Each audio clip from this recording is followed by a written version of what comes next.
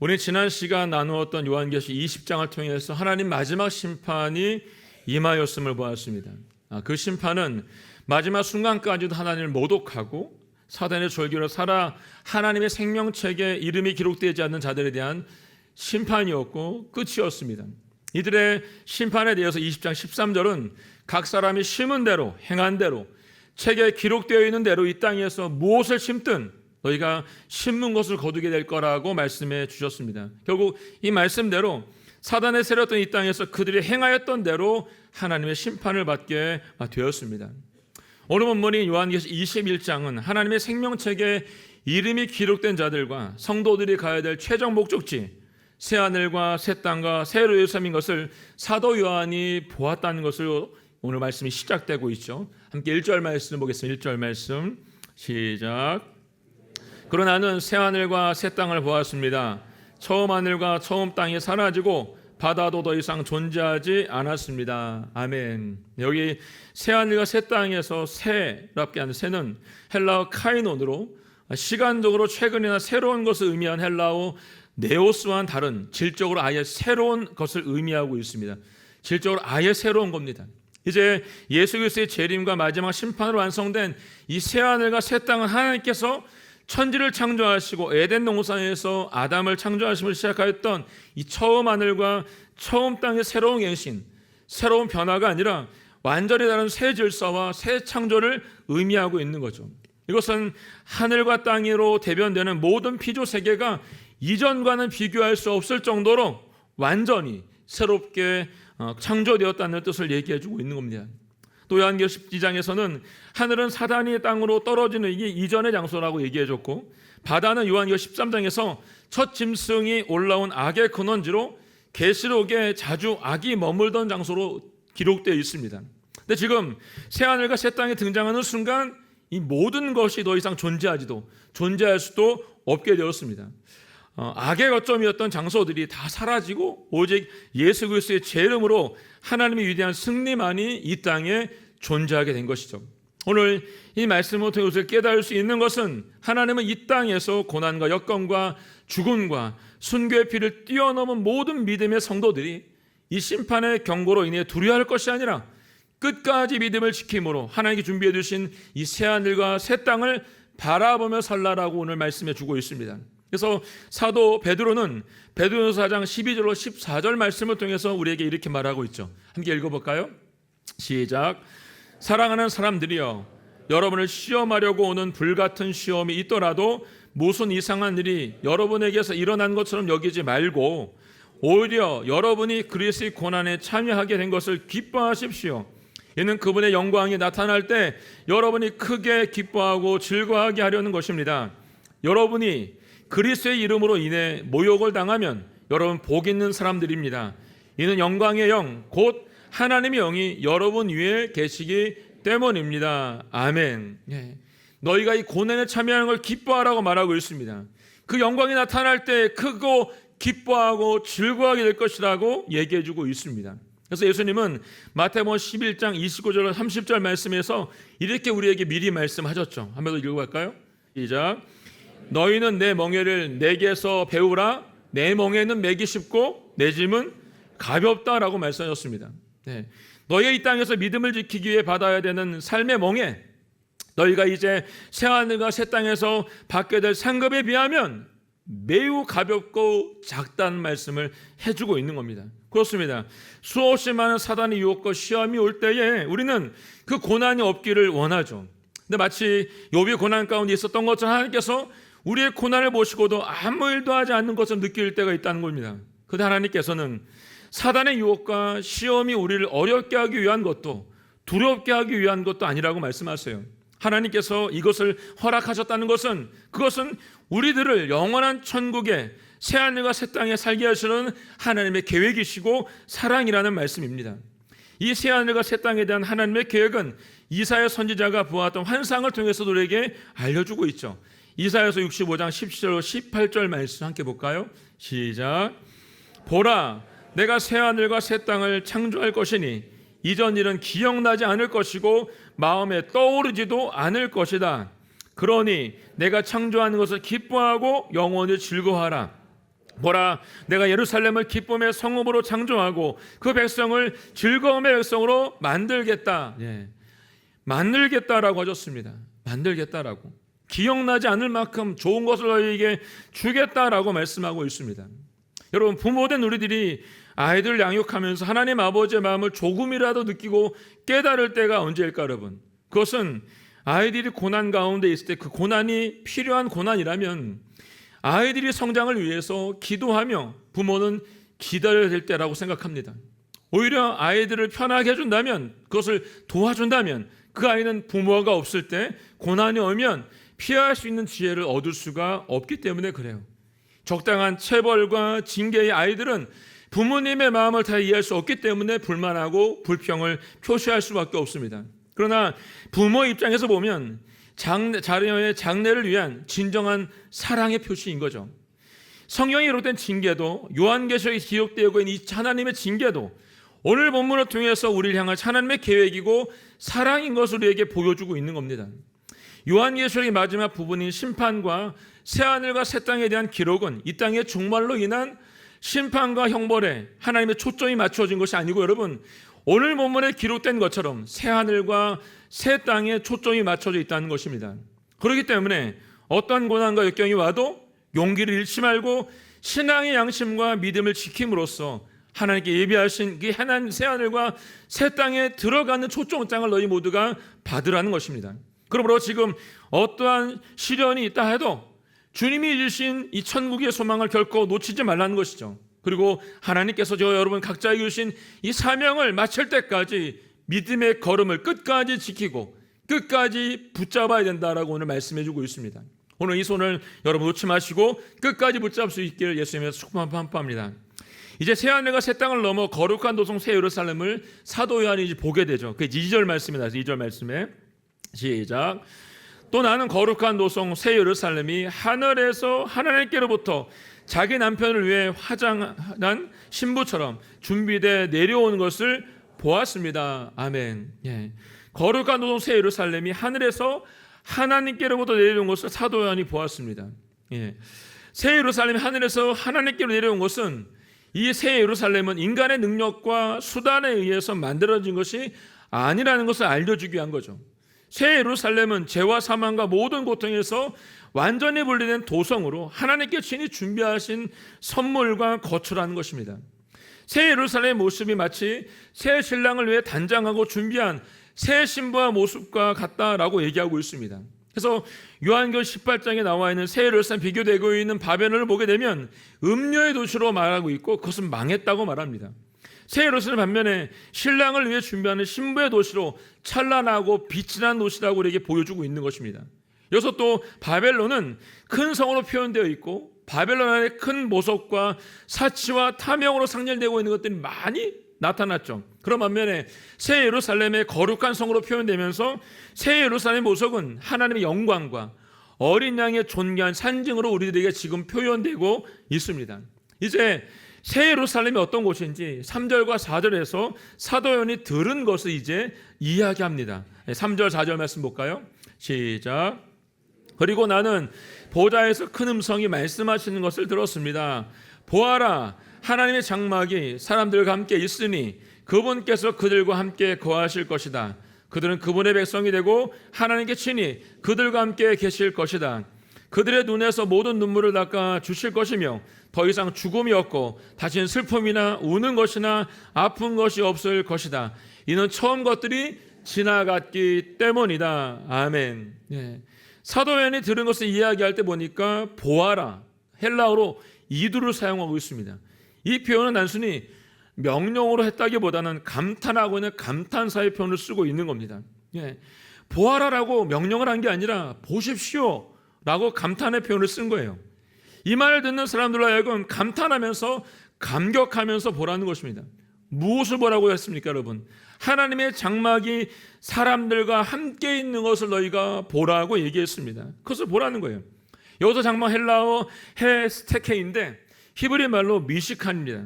하나님의 임재를 의미하고 있죠. 신약에 보니까 요한복음 1장 14절에서 그리스도께서 우리 가운데 거하심에라고 할 때 사용이 되었습니다. 하나님께서 이스라엘 백성들과 함께 계실 때 머무신 곳이 성막이었잖아요. 이 성막은 하나님께서 하나님의 백성들 가운데 함께 계심으로 그들을 보호해 주시고 바른 길로 인도해 주실 때 썼던 장소였다는 겁니다. 즉 모든 것이 마무리된 이 시점에서 하나님께서는 그분의 백성들과 함께 긴밀한 교제로 그분 안에 거하겠다라고 말씀을 하신 겁니다.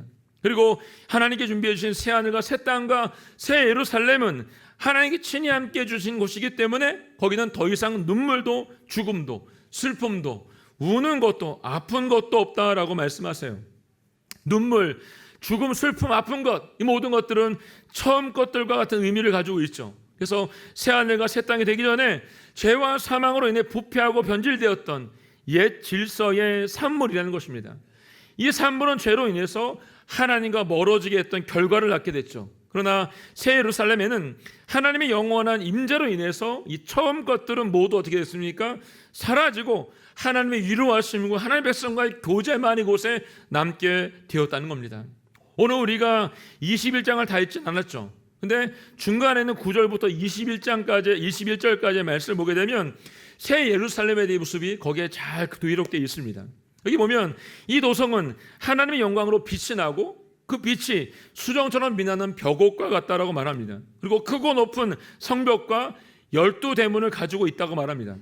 이 문들은 12천사가 지키고 있고 그 위에는 12지파 이름이 쓰여 있다고 말하고 있습니다. 그리고 각 주춧돌에는 어린 양에 속해 했던 12사도의 12이름이 쓰여 있다고 말하죠. 그리고 그 이름도 다 알 수 없는 보석의 이름들이 질비하게 나열되고 있는 걸 볼 수가 있습니다. 그렇게 가득한 곳, 그것이 새 예루살렘인 걸 우리에게 보여주고 있는 거죠. 우리는 이 천국에 대해서 그림을 보거나 간증을 들으면서 단순히 풍요로운 것과 눈에 보이는 것에 관심을 가질 때가 많이 있습니다.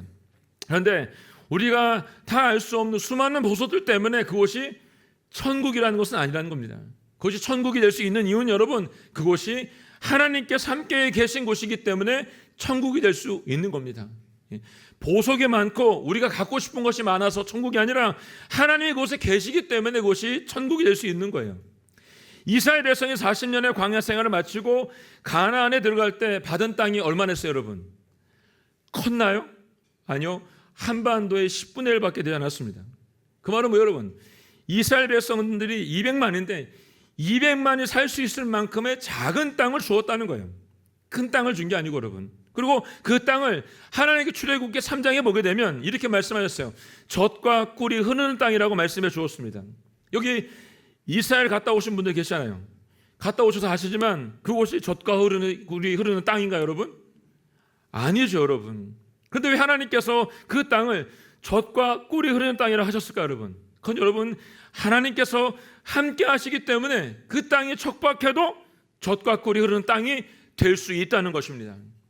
환경이 중요한 것이 아니라 그곳에 하나님이 계시냐 계시지 않느냐가 더 중요하다는 것이죠. 여러분과 제 삶 속에 하나님께 지금 함께하고 계시다고 한다면 지금 여기가 젖과 꿀이 흐르는 땅이 될 수 있다는 것입니다. 하나님께 준비해 주신 하나님의 나라의 축복의 핵심은 하나님께서 우리 아빠, 아버지가 되시는 것이고 여러분, 우리가 그분의 자녀가 되고 그분의 백성이 되는 것을 우리에게 말씀해 주고 있는 거죠. 이 삶 우리 가운데 있기를 원해요. 자, 5절부터 7절 말씀 또 보겠습니다. 5절 7절 말씀 시작. 그때 보좌에 앉으신 분이 말씀하셨습니다. 보아라, 내가 만물을 새롭게 한다. 그는 또 말씀하셨습니다. 이 말씀은 신실하고 참되니 너는 기록하여라. 그는 또 이게 말씀하셨습니다. 다 이루었다.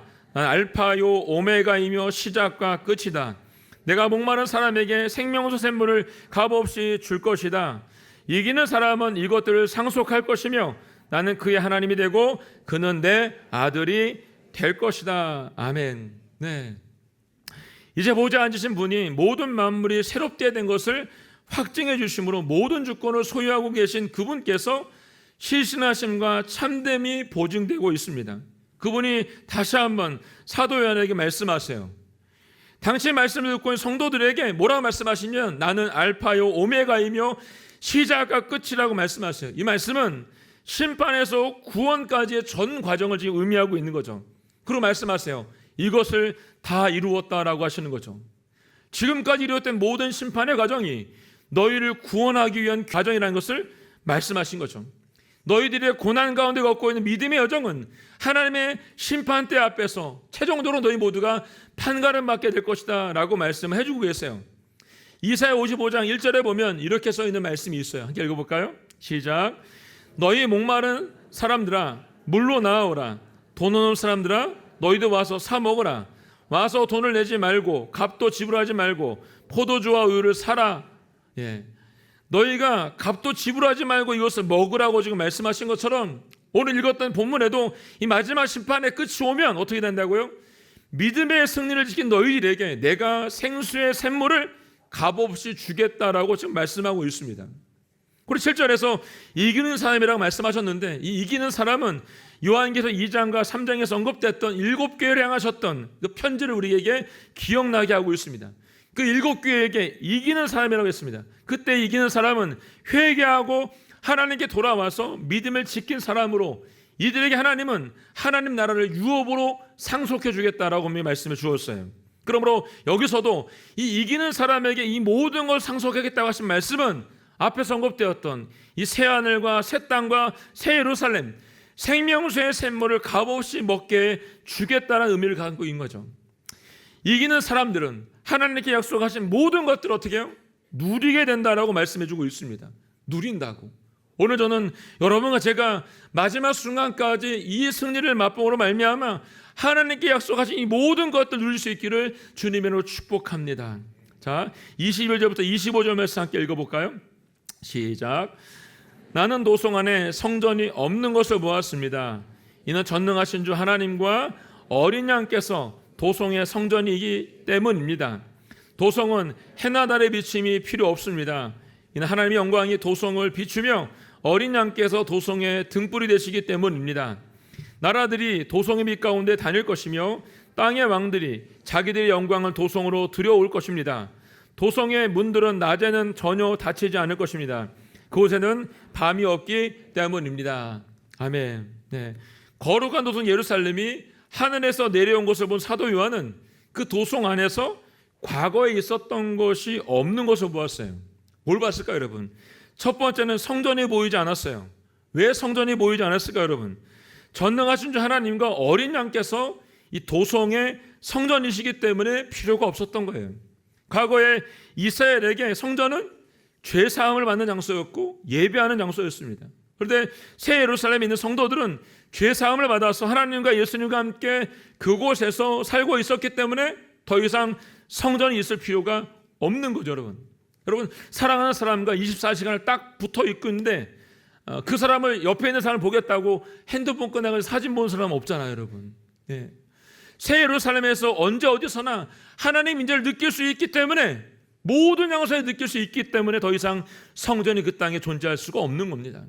두 번째는 해나 달의 비침이 없다라고 말합니다. 왜냐하면 여러분 하나님의 영광이 도성에 비추고 있고 어린 양의 도성에 등불이 되시기 때문에 더 이상 불이 필요 없습니다. 요한일서 1장 5절에 보면 이렇게 써있죠. 하나님 빛이시니 하나님 안에는 어둠이 전혀 없습니다라고 말했습니다. 그분이 빛이기 때문에 빛이 들은 그 공간에는 어둠이 없다는 거예요, 여러분. 이사야 60장 19절 말씀에 이렇게 써있죠. 함께 읽어볼까요? 시작. 낮에는 해가 더 이상 너를 비출 필요가 없고 달도 내게 빛을 비칠 필요가 없을 것이다. 여호와께서 내 영원한 빛이 되시고 내 하나님께서 내 영광이 되실 것이기 때문이다. 아멘. 네. 낮의 해가 더 이상 필요 없고 달의 빛도 필요가 없답니다. 예수님께서 여러분의 빛이 되시기 때문이라고 말씀해 주고 있는 거죠. 요한복음 1장과 8장에서 예수님께 친히 말씀하셨던 것처럼 나는 세상의 빛이라고 하셨습니다. 참빛 곧 그 빛이 세상에 와서 각 사람에게 비추는 빛이 되었다라고 말씀해 주었고 본인이 그 빛이라고 말씀해 주셨습니다. 이처럼 빛의 근원 되신 하나님과 예수님께서 친히 예루살렘, 새 예루살렘 속에 성과 등불이 되어주기 때문에 헬과 달의 비침은 더 이상 필요 없게 된 곳이 그 땅입니다. 세 번째는 밤이 없다고 말해요. 밤이 없어요, 여러분. 여기 밤은 하나님의 속성과 반대되는 것을 말해주고 있는 표현이죠. 그러므로 새 예루살렘에 밤이 없다라고 말하는 것은 그곳에 하나님께 대적한 무리들이 더 이상 존재하지 않는다는 겁니다. 없다는 거예요, 여러분.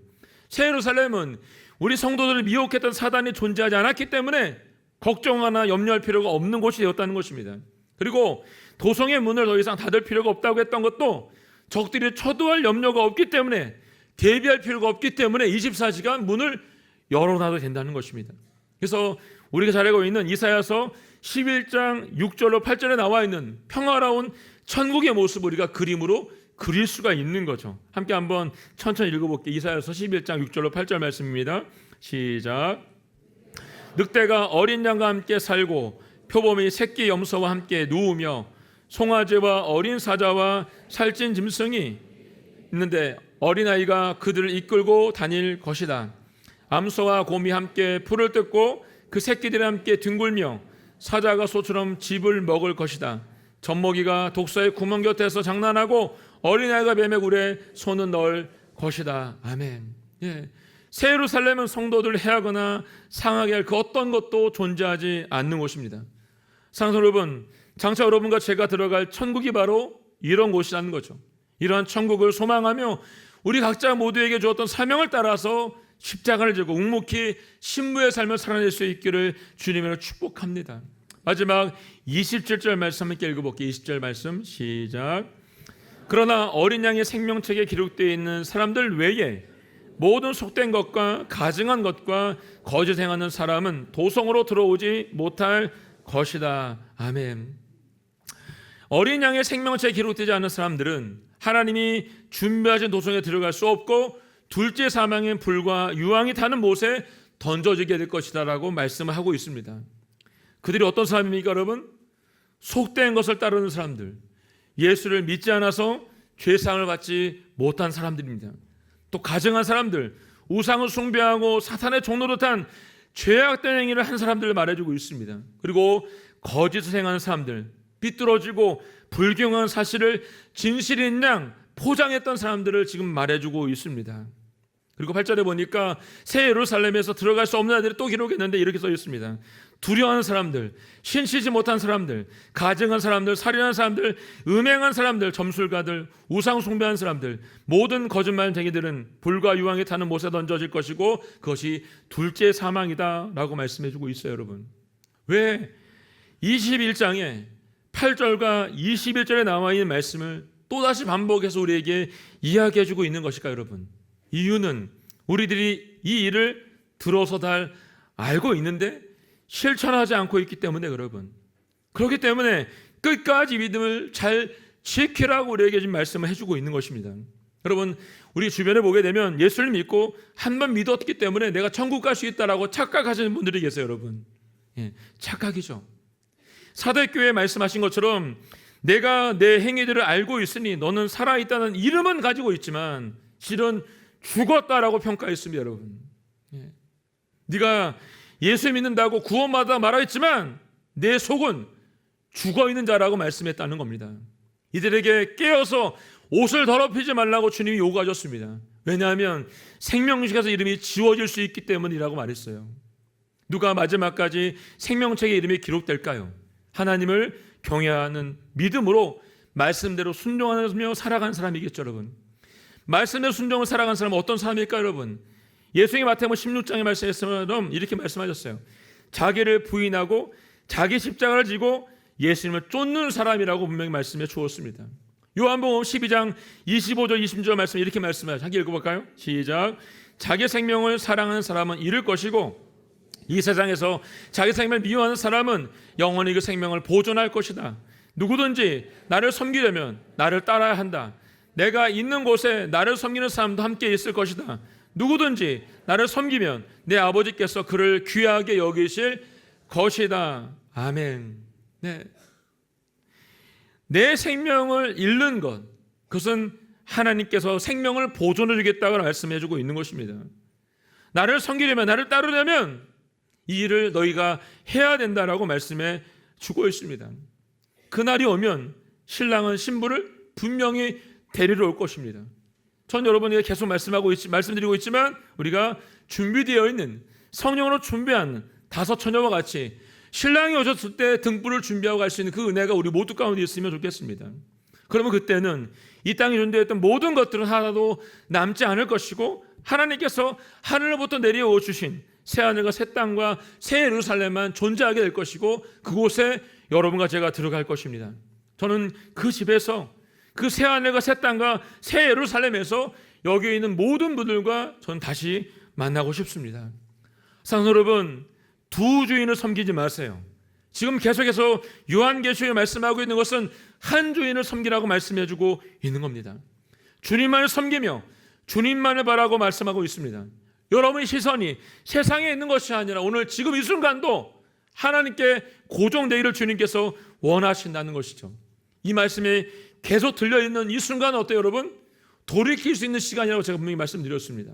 오늘도 깨달은 게 있고 우리 마음에 부딪히는 것이 있다라고 한다면 주님 앞에 엎드려 회개하고 주님의 대로 나갈 수 있기를 예수님의 이름으로 선포합니다. 아멘. 함께 찬양하고 기도하겠습니다.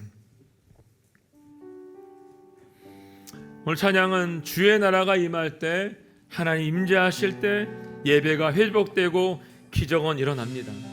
전능하신 주, 영원하신 능력의 통치자, 자유가 선포되면 주 백성이 돌아오게 된다라고 말씀해주고 있습니다. 오늘 우리 모두가 주님이 부르실 때 그 자리에 있길 원하고 그분의 백성이 될 수 있기를 원합니다. 함께 찬양하고 기도하겠습니다.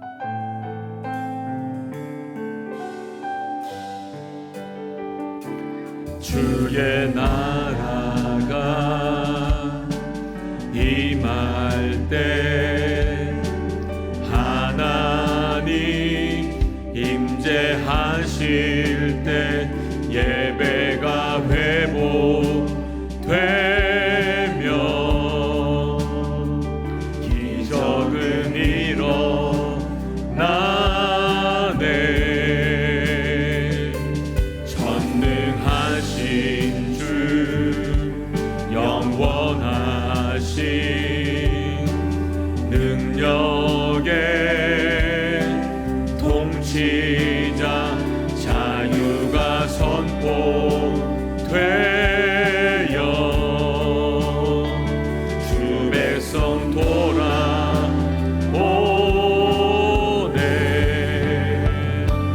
하나님 나라 임하소서. 영광과 존귀 능력과 위엄 놀라운 사랑의 기적의 하나님 지금 이곳에